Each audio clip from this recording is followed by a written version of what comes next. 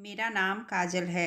मैं जब 10 साल की थी, तब मेरे पिताजी इस दुनिया को छोड़कर चले गए थे और अभी 6 महीने पहले ही मेरी माँ की भी मौत हो गई थी। हम 2 बहनें हैं। मेरी बड़ी दीदी, जिनका नाम सपना है, हम दोनों बहनें अपने घर में अकेले ही रहते हैं। मेरी दीदी जॉब करती है और उन्होंने अपने ऑफिस में काम करने वाले एक लड़के को पसंद कर लिया था। वह उसी के साथ शादी करना चाहती थी। अब हम दोनों बहनों के अलावा हमारा तो कोई था नहीं, ना ही हमारा कोई भाई था। हम दोनों बहनें एक दूसरे का सहारा थे। मेरी दीदी ने मेरा हमेशा ही बहुत ख्याल रखा था। वह मेरे साथ बिल्कुल एक माँ की तरह रहती थी। मम्मी पापा के जाने के बाद दीदी ने ही मेरा ख्याल रखा था। हम दोनों बहनों में उम्र का ज़्यादा फर्क नहीं था। हमारा घर बहुत बड़ा था। हमारे पापा ने इसे बड़ी मेहनत से बनाया था। दीदी तो सुबह ऑफिस के लिए निकलती तो रात में ही आती थी। पढ़ाई पूरी होने के बाद मैं घर में ही रहती हूँ। सारा दिन अकेले रह रहकर बोर हो जाती थी, इसलिए मैं बच्चों को ट्यूशन पढ़ाने लगी। इसी तरह मेरा टाइम भी पास हो जाता था और घर के भी सारे काम हो जाते थे। मेरी दीदी जिस लड़के को पसंद करती थी, वह अपने माता पिता का इकलौता बेटा था। उसके माता पिता गांव में रहते थे। जब उसने मेरी दीदी को पसंद कर लिया और मेरी दीदी के साथ शादी करने का फैसला कर लिया, तो हमें भी इस रिश्ते से कोई ऐतराज़ नहीं था, क्योंकि लड़का बहुत अच्छा था। वह मेरी दीदी से बहुत ज़्यादा प्यार करता था। उसने अपने माता पिता को मेरी दीदी के बारे में सब कुछ बता दिया था और दीदी की फ़ोटो भी भेज दी थी। उसके घर वालों को मेरी दीदी बहुत पसंद आई थी और उन्होंने भी इस रिश्ते के लिए हाँ कर दी। वह लोग जल्दी से जल्दी शादी करना चाहते थे। मेरी दीदी गांव नहीं जाना चाहती थी। जीजा जी के माता पिता ने अपने बेटे से कहा कि हमें इस बात का डर है कि पत्नी मिल जाने के बाद तुम बदल ना जाना। हम बूढ़े माँ बाप का क्या होगा। मेरी दीदी ने अपने सास ससुर से बात की और उन्हें भरोसा दिलाया कि वह कभी उनसे उनका बेटा नहीं छीनेगी, क्योंकि हम दोनों बहनें भी तो बेसहारा हैं और बिना माता पिता की ज़िंदगी गुजार रहे हैं। हमसे ज़्यादा माता पिता की अहमियत शायद कोई नहीं समझ सकता है। जीजा जी के माता पिता को मेरी दीदी की यह प्यार और समझदारी भरी बातें बहुत पसंद आई थी। 1 महीने बाद दीदी की शादी हो गई। शादी ज़्यादा धूमधाम से नहीं की गई थी, क्योंकि हमारे पास ज़्यादा पैसे नहीं थे।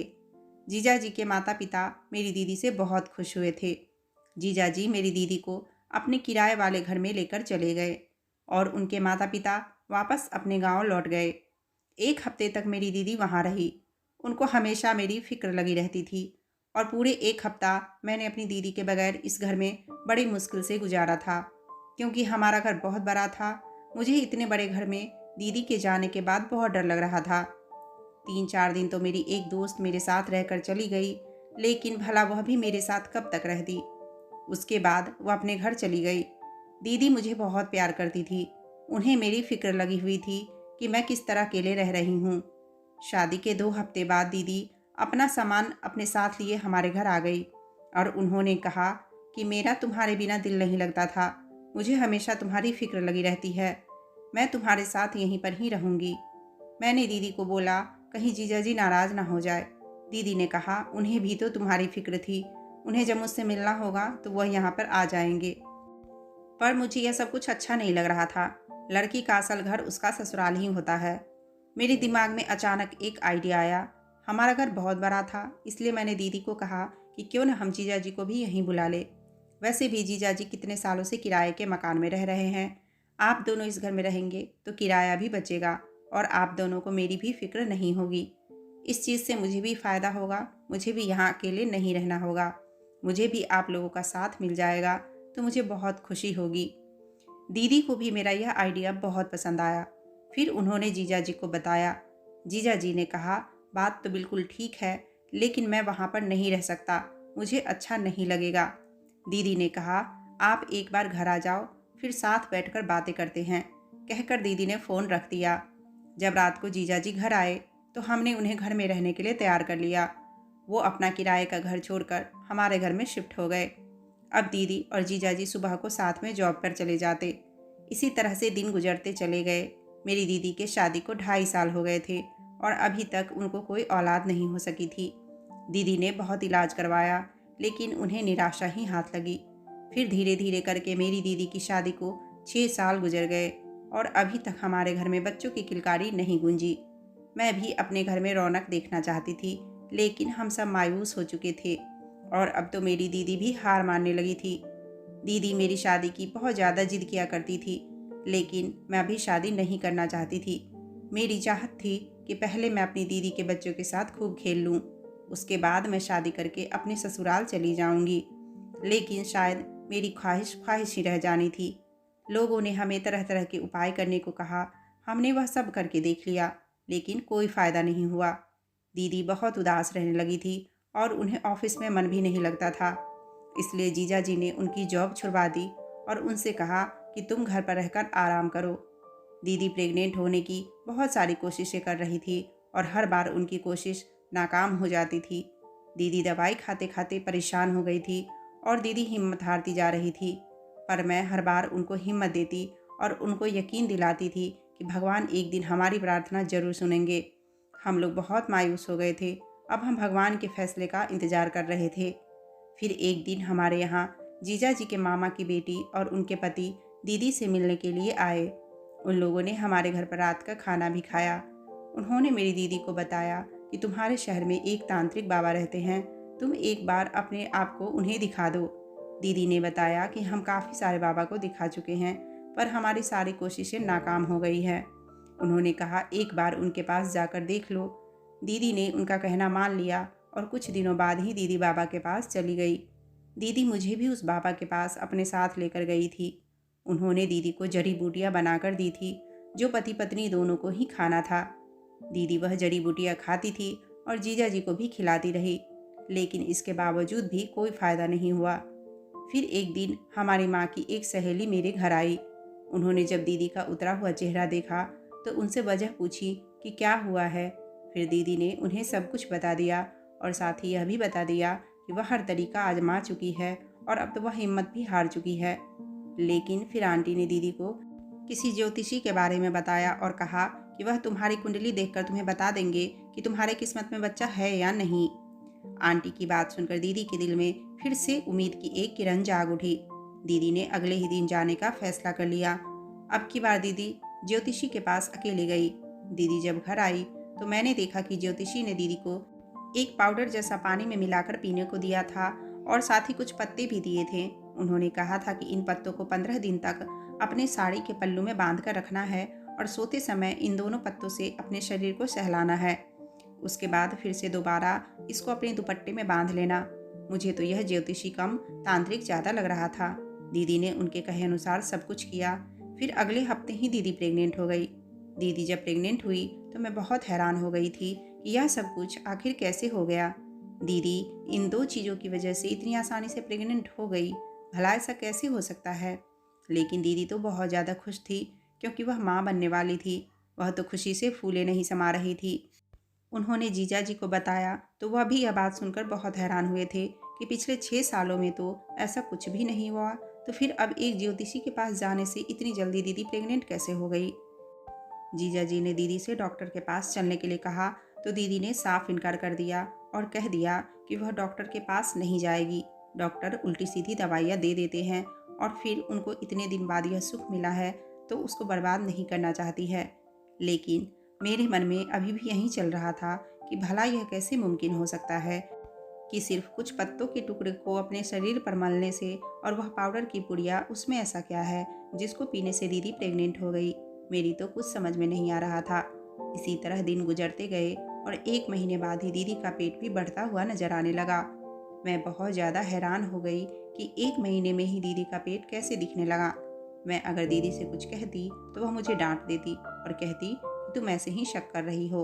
उन्होंने मेरी कुंडली देखकर बताया था कि मेरी कुंडली में माँ बनने का सुख बहुत जल्दी है। उनकी कही बात साबित हुई देखो। लेकिन अब मैं जानना चाहती थी कि भला यह सब कुछ इतनी जल्दी कैसे हो गया। एक दिन मेरी दीदी नहाने के लिए गई और उन्होंने अपनी साड़ी उतार कर रख दी। मैंने दीदी के साड़ी में बंधे हुए पत्ते को दूसरे पत्ते से बदल दिया और उस पाउडर को भी मैंने वह अपने पास रख ली। मैंने वह पाउडर पानी के साथ ली और उसके बाद वह पत्ते भी अपने दुपट्टे में बांध ली। मैं भी देखना चाहती थी कि आखिर इतनी जल्दी असर कैसे होता है। मुझे पता था कि मेरे ऊपर तो कोई असर हो ही नहीं सकता था क्योंकि मैं तो शादीशुदा भी नहीं थी। यह सब किए हुए मुझे लगभग 4-5 दिन हो गए थे। मैं बहुत ज़्यादा बेफिक्र हो गई थी और समझ गई थी कि यह ज्योतिषी मेरी दीदी को बेवकूफ़ बना रहा है। लेकिन 2-3 दिन बाद मेरे पैरों तले से ज़मीन निकल गई जब मेरा पेट दीदी की तरह बड़ा हो गया था। इसका मतलब मैं भी प्रेग्नेंट हो गई थी। मैं तो बहुत परेशान हो गई कि मेरे पेट को अचानक क्या हो गया। मैं परेशान थी कि मेरी तो अभी तक शादी भी नहीं हुई, मैं प्रेग्नेंट कैसे हो सकती हूँ। मुझे रह रह कर ये ख्याल आ रहा था कि मैं दुनिया वालों से कैसे नज़रें मिलाऊंगी। कोई भी मेरी बात पर यकीन नहीं करेगा। मैं अपनी दीदी जीजा जी को भी कैसे बताऊंगी। यही सब सोचकर मैं परेशान हो रही थी। मैं सारा दिन अपने कमरे में ही रहने लगी। अपना पेट भी सबसे छुपा कर रखती थी। जैसे जैसे दिन बीत रहे थे मेरा पेट बाहर निकलता चला जा रहा था और इसी तरह दीदी का पेट भी बड़ा हो रहा था। उनका पेट बढ़ना तो प्रेगनेंसी की निशानी थी, पर भला मेरे साथ यह सब कुछ क्या हो रहा था। मुझे कोई देख ना ले इसलिए मैं कमरे से बाहर भी नहीं निकलती थी। दीदी जब मुझे किसी काम के लिए आवाज़ लगाती तो मैं कोई ना कोई बहाना बना देती, लेकिन मैं यह कितने दिन तक छुपा कर रखती। एक दिन दीदी मेरे कमरे में आ गई और मुझे देखकर बहुत हैरान हो गई। उन्होंने मेरे मुंह पर थप्पड़ भी मारा और कहा कि अगर ऐसी कोई बात है तो तुम मुझे बता सकती थी। हम खामोशी से तुम्हारी शादी कर देते, पर तुम्हें हमारी इज्जत पर दाग लगाने की क्या ज़रूरत थी। मैं तो बहुत ज़्यादा शर्मिंदा हो रही थी और मेरी समझ में नहीं आ रहा था कि दीदी को किस तरह से अपनी सच्चाई का यकीन दिलाऊं। दीदी मुझसे पूछ रही थी कि बताओ यह सब कुछ किसने किया और वह कौन है। मैं रोने लगी। मेरी आंखों से लगातार आंसू निकल रहे थे। दीदी के बहुत पूछने पर मैंने उनको बता दिया कि आपको जो पाउडर ज्योतिषी ने दी थी और जो पत्ते आपके पल्लू में बांधने के लिए दी थी, वह मैंने आपके पल्लू से चोरी करके अपने पल्लू में बांध ली थी और आपकी दवाई को भी मैंने बदलकर असली वाली दवाई को खा लिया था। मैं यह जानना चाहती थी कि आप अचानक इतनी जल्दी प्रेग्नेंट कैसे हो गई। बस इसी वजह से मेरा पेट बाहर निकल आया। दीदी, आप अपनी बहन पर भरोसा रखो। आपकी बहन ने कभी कुछ भी गलत करने के बारे में सोचा तक नहीं। जो मैं बता रही हूँ वही सच है। दीदी को भी यह सब कुछ सुनकर बहुत हैरत हुई थी कि मैं तो शादीशुदा भी नहीं थी, फिर मेरे साथ ऐसा कैसे हुआ। फिर दीदी ने मुझे कहा कि तुम अभी कुछ दिन तक अपने कमरे में ही रहो और बाहर मत निकलना, चाहे कुछ भी हो जाए। मेरी दीदी को मेरी कही हुई बात पर यकीन आ गया था। कोई मेरे बारे में उनसे पूछता तो कहती कि मैं शहर से बाहर गई हूँ, लेकिन भला यह राज कब तक छुपता। कभी ना कभी तो सबके सामने आना ही था। अब दीदी ने कहा कि इसका जल्दी से जल्दी कोई सॉल्यूशन निकालना पड़ेगा, वरना हम किसी को मुंह दिखाने के काबिल नहीं रहेंगे। दीदी ने जीजा जी को बताने का फैसला किया तो मैं बहुत डर गई। मैं नहीं चाहती थी कि उनको इस बारे में पता चले, क्योंकि मुझे पता था कि वह भी मुझे गलत ही समझेंगे और सोचेंगे कि ज़रूर मेरा किसी के साथ अफेयर चल रहा है। दीदी ने मुझे तसल्ली दी और कहा कि मैं तुम्हारे साथ हूँ, मुझे पता है कि तुमने कुछ नहीं किया, तो फिर तुम्हें डरने की कोई ज़रूरत नहीं है। लेकिन यह कोई छोटी बात नहीं है, एक कुंवारी लड़की का प्रेग्नेंट होना। दीदी ने कहा कि उनको तो बताना ही पड़ेगा, आखिर उनके अलावा हमारा कोई है भी तो नहीं। उन्हें बिना बताए इसका सॉल्यूशन कैसे निकालेंगे। और फिर दीदी ने इस बारे में जीजा जी को बता दिया। जीजा जी बहुत गुस्सा हुए। मुझे पता था कि उनको भी मेरी दवाई वाली बात पर यकीन नहीं आएगा और उनका भी यही कहना था कि तुम्हारी बहन ने बहुत गलत कदम उठाया है। मैं बहुत शर्मिंदा थी कि अनजाने में मैंने इतनी बड़ी गलती कैसे कर दी।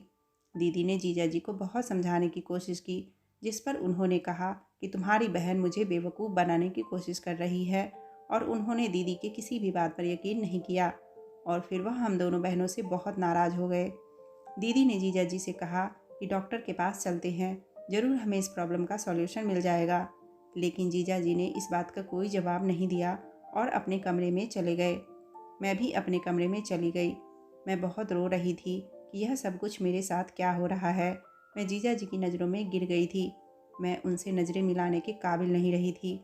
जीजा जी मुझे जब कमरे से बाहर देखते तो दीदी पर गुस्सा करते थे और उनसे कहते थे कि अपनी बहन को कमरे के अंदर लेकर जाओ, मुझे इसकी शक्ल भी नहीं देखनी।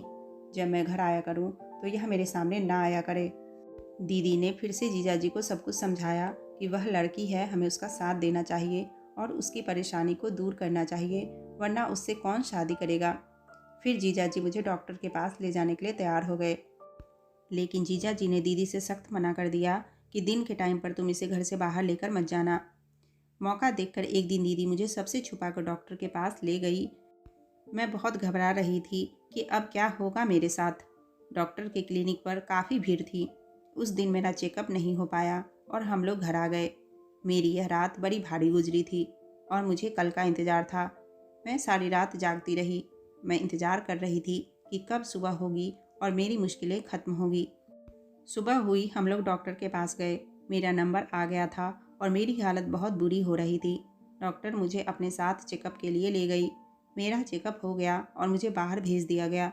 लेकिन डॉक्टर काफ़ी देर बाद बाहर आई और कुछ परेशान लग रही थी। दीदी के पूछने पर डॉक्टर ने कोई सही जवाब नहीं दिया और कहा कि मैं कुछ टेस्ट लिख के दे रही हूँ और टेस्ट करवाने के बाद मेरे पास आना। टेस्ट करवाने मैं और दीदी लैब चले गए और हमने टेस्ट करवा लिए। टेस्ट की रिपोर्ट अगले दिन मिलने वाली थी। हम अगले दिन का बड़ी बेसब्री से इंतज़ार कर रहे थे।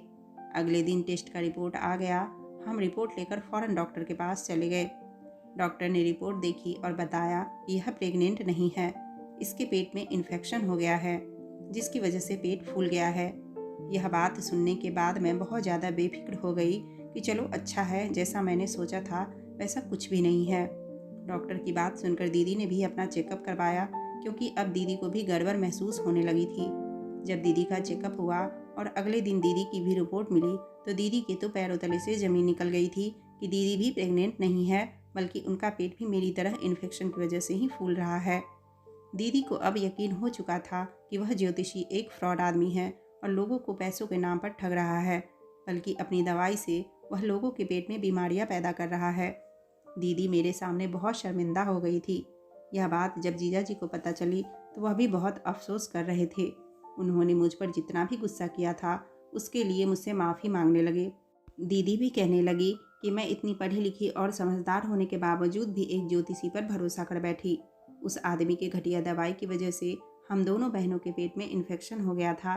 फिर हमारा ट्रीटमेंट शुरू हो गया। वह आदमी इस तरह से ना जाने कितने लोगों को बेवकूफ़ बना रहा था और उनके पेट में बीमारियां पैदा कर रहा था। मेरी दीदी और जीजा जी ने उस फ्रॉड ज्योतिषी के खिलाफ पुलिस में केस दर्ज करा दिया। पुलिस ने उसकी टीम को अरेस्ट कर लिया था, क्योंकि ऐसी ना जाने कितनी औरतें थी जो उस आदमी की घटिया दवाई का शिकार हो गई थी। मेरी दीदी ने भी यह सब कुछ इसलिए किया था क्योंकि वह औलाद चाहती थी, और औलाद के खातिर तो औरत सब कर गुजरने के लिए तैयार हो जाती है। कुछ महीनों बाद आखिरकार भगवान ने मेरी दीदी की प्रार्थना सुन ली और मेरी दीदी प्रेग्नेंट हो गई। उसके बाद मेरी दीदी ने एक प्यारे से बेटे को जन्म दिया। अब दीदी और जीजाजी बहुत खुश थे। मेरी दीदी ने मुझसे कहा कि बस अब तुमने अपना भांजा भी देख लिया और अपनी गोद में से खिला भी लिया, अब तुम्हें शादी कर लेनी चाहिए। मुझे भी अब और क्या चाहिए था। मेरी दीदी अपनी ज़िंदगी में खुश हो गई थी। भगवान ने हमें इतनी बड़ी खुशी दी थी, यही हमारे लिए सब कुछ था।